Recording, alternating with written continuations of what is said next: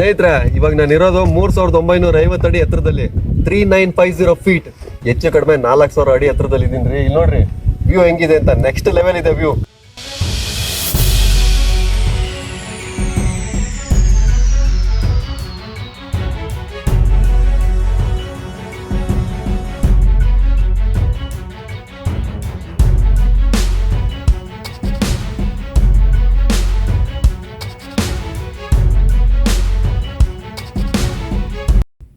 Madhugiri trekking ಮಾಡಬೇಕಾದ್ರೆ water bottle ಏನಾದರೂ ಬಿಟ್ಟು ಬಂದಿದ್ರೆ ನೋಡಿ, ನೀರು ಹರಿತಾ ಇದೆ.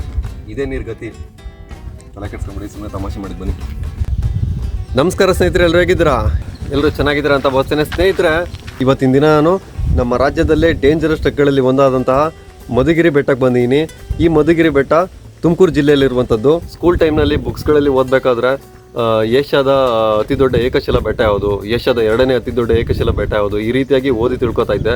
ಆದರೆ ಇವತ್ತು ನೇರವಾಗಿ ಇಲ್ಲಿಗೆ ಬಂದಿದ್ದೀನಿ. ಈ ಮಧುಗಿರಿ ಬೆಟ್ಟದ ಬಗ್ಗೆ ಹೇಳಬೇಕು ಅಂತಂದರೆ, ಇದು ಏಷ್ಯಾದಲ್ಲೇ 2ನೇ ಅತಿ ದೊಡ್ಡ ಏಕಶಿಲಾ ಬೆಟ್ಟ. ಮೊದಲನೇದು ಯಾವುದು ಅಂತಂತಂದರೆ ಸವನದುರ್ಗ ಬೆಟ್ಟ. ಅದು ಕೂಡ ನಮ್ಮ ರಾಜ್ಯದಲ್ಲೇ ಇರುವಂಥದ್ದು. ನಾವು ಭಾರತೀಯರಾಗಿ, ಅದರಲ್ಲೂ ಕನ್ನಡಿಗರಾಗಿ ತುಂಬ ಹೆಮ್ಮೆ ಪಡೋ ವಿಚಾರ ಏನಂತಂದರೆ, ಏಷ್ಯಾದ ಮೊದಲ ಹಾಗೂ 2ನೇ ಅತಿ ದೊಡ್ಡ ಏಕಶಿಲಾ ಬೆಟ್ಟಗಳು ನಮ್ಮ ರಾಜ್ಯದಲ್ಲೇ ಇರುವಂಥದ್ದು.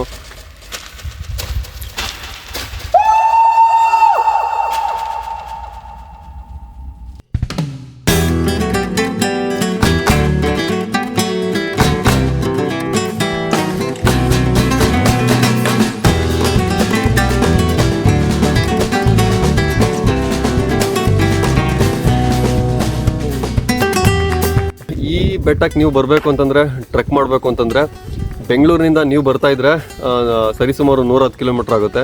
ನೀವು ಬರೋ ಲೊಕೇಶನ್ ಮೇಲೆ ಡಿಪೆಂಡ್ ಆಗುತ್ತೆ. ಮೈಸೂರಿಂದ ಬರ್ತಾಯಿದ್ರೆ ಸರಿಸುಮಾರು 200 ಕಿಲೋಮೀಟ್ರು. ತಿಪ್ಟೂರು, ಅರಸೀಕೆರೆ, ಹಾಸನ, ಕಡೂರು ಮತ್ತು ಬೀರೂರಿಂದ ಏನಾದ್ರು ಬರೋರಾಗಿದ್ದರೆ ತುಂಬ ಹತ್ರ ಇದೆ ಅಂತಲೇ ಹೇಳ್ಬೋದು.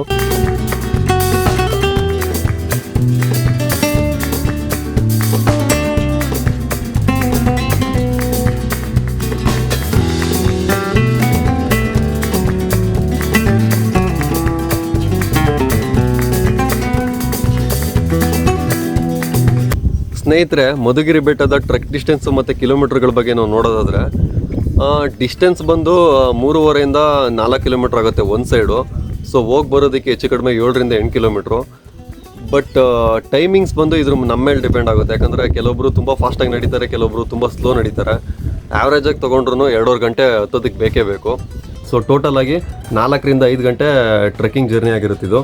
ನಾವು ಟ್ರೆಕ್ಕಿಂಗ್ನ ಸ್ಟಾರ್ಟ್ ಮಾಡಿದ್ಮೇಲೆ ಕಮಾನ್ ಸಿಗುತ್ತೆ. ಕಮಾನ್ ಸಿಕ್ಕಾದ್ಮೇಲೆ ಫಸ್ಟು ಸಿಗೋವಂಥ ವ್ಯೂನೇ ಇದು. ಎಷ್ಟು ಚೆನ್ನಾಗಿದೆ ನೋಡಿ. ಇದು ಹೋಗೋ ದಾರಿ.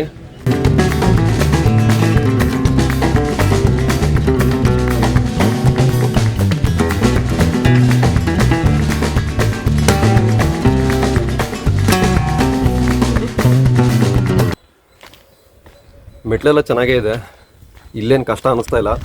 ಬಟ್ ಹೋಗ್ತಾನೆ ಗೊತ್ತಾಗೋದು ಯಾವ ಥರ ಇದೆ ಅಂತ. ಬಟ್ ಒಂದಂತೂ ನಿಜ, ಕರ್ನಾಟಕದಲ್ಲಿ ಅತ್ಯಂತ ಡೇಂಜರಸ್ ಟ್ರೆಕ್ ಇದು.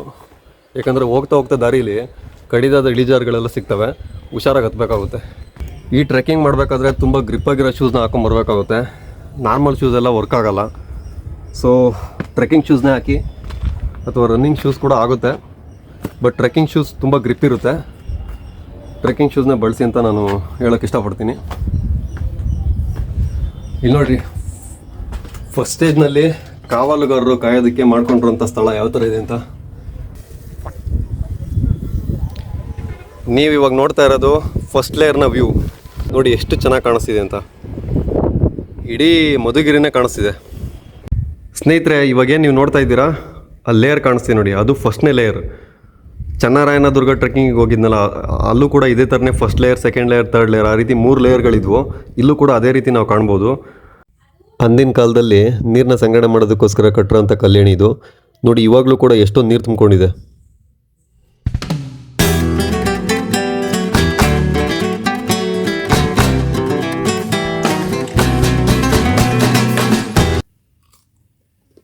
ಮಧುಗಿರಿ ಬೆಟ್ಟಕ್ಕೆ ಬರೋಕ್ಕಿಂತ ಮುಂಚೆ, ಮಧುಗಿರಿ ಬೆಟ್ಟ ಅಂತಲೇ ಅಲ್ಲ, ನೀವು ಎಲ್ಲೇ ಟ್ರೆಕ್ಕಿಂಗ್ ಹೋದ್ರೂ ವಾಟರ್ ಬಾಟ್ಲು ಮಾತ್ರ ನೀವು ತಗೊಂಡು ಹೋಗಲೇಬೇಕು. ಅದ್ರ ಜೊತೆಗೆ ಏನಾದ್ರು ತಿನ್ನೋಕ್ಕಿದ್ರೆ ತೊಗೊಂಡೋಗಿ. ಹೋಗ್ತಾ ಇದ್ದಾರೆ, ಇಲ್ಲಿ ತಿನ್ಕೊಳ್ತಾ ಹೋಗ್ಬೋದು, ನಿಮಗೆ ಸುಸ್ತು ಕೂಡ ಆಗಲ್ಲ. ನಾನು ನೋಡಿ ಸೌತೆಕಾಯಿ ತಂದಿದ್ದೀನಿ.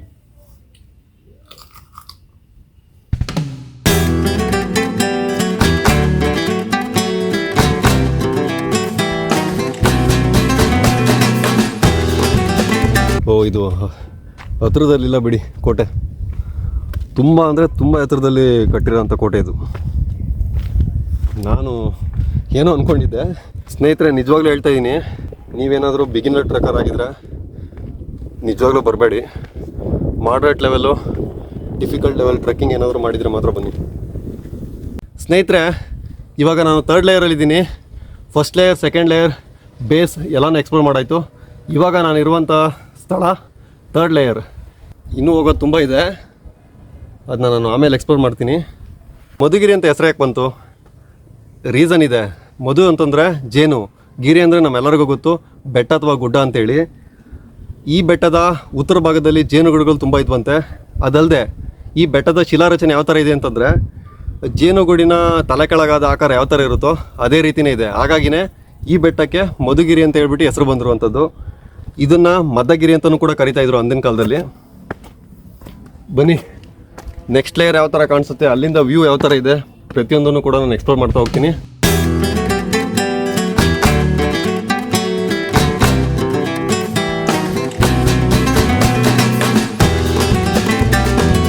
ಎಷ್ಟೋ ಜನ ಇದೇ ಡೆಸ್ಟಿನೇಷನ್ ಪಾಯಿಂಟ್ ಅಂತ ಹೇಳ್ಬಿಟ್ಟು ವಾಪಸ್ ಹೋಗಿರ್ತಾರೆ.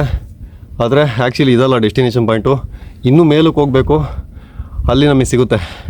ಬನ್ನಿ ಹೋಗೋಣ ಫ್ರೆಂಡ್ಸ್. ಇವಾಗ ನಾನು ಬೇಸ್ ಪಾಯಿಂಟಿಂದ ಇಲ್ಲಿ ಡೆಸ್ಟಿನೇಷನ್ ಪಾಯಿಂಟಿಗೆ ಬಂದಿದ್ದೀನಿ.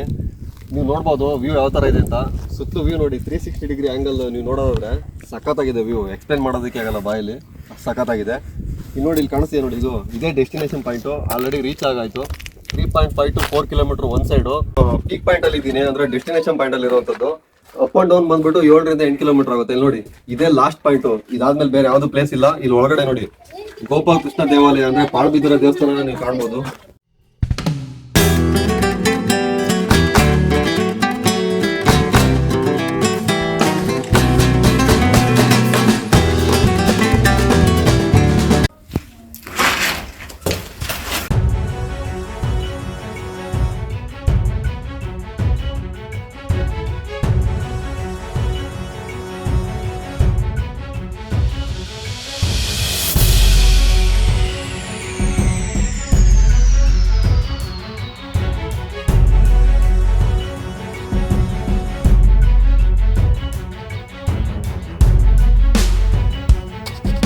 ಸ್ನೇಹಿತರೆ, ಗೋಪಾಲಕೃಷ್ಣ ದೇವಾಲಯ ನೋಡಾಯ್ತು, ಅಲ್ಲಿ ಹೆಂಗೆ ಪಾಳ್ ಬಿದ್ದಿದೆ ಎಲ್ಲದೂ ನೋಡಾಯ್ತು, ಎಕ್ಸ್ಪ್ಲೋರ್ ಮಾಡಾಯ್ತು. ಅದನ್ನೇ ಲಾಸ್ಟ್ ಅನ್ಕೊಂಡಿದ್ದೆ, ಆ ಪೀಕ್ ಪಾಯಿಂಟೇ ಲಾಸ್ಟ್ ಅನ್ಕೊಂಡಿದ್ದೆ. ಆದರೆ ಸ್ವಲ್ಪ ಮುಂದೆ ಬಂದು ನೋಡಿದ್ರೆ ನೆಕ್ಸ್ಟ್ ಲೆವೆಲ್ ವ್ಯೂ ಇದೆ ನೋಡಿ.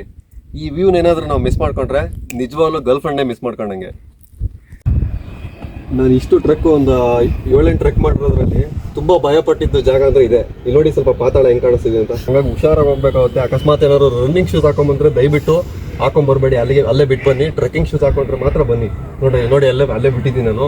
ಬಿಟ್ಬಿಟ್ಟು ಬರೀ ಕಾಲಲ್ಲೇ ಮೇಲೆ ಹೋಗಿದ್ದು, ಇವಾಗ ಹೋಗ್ತಾ ಇದ್ದೀನಿ.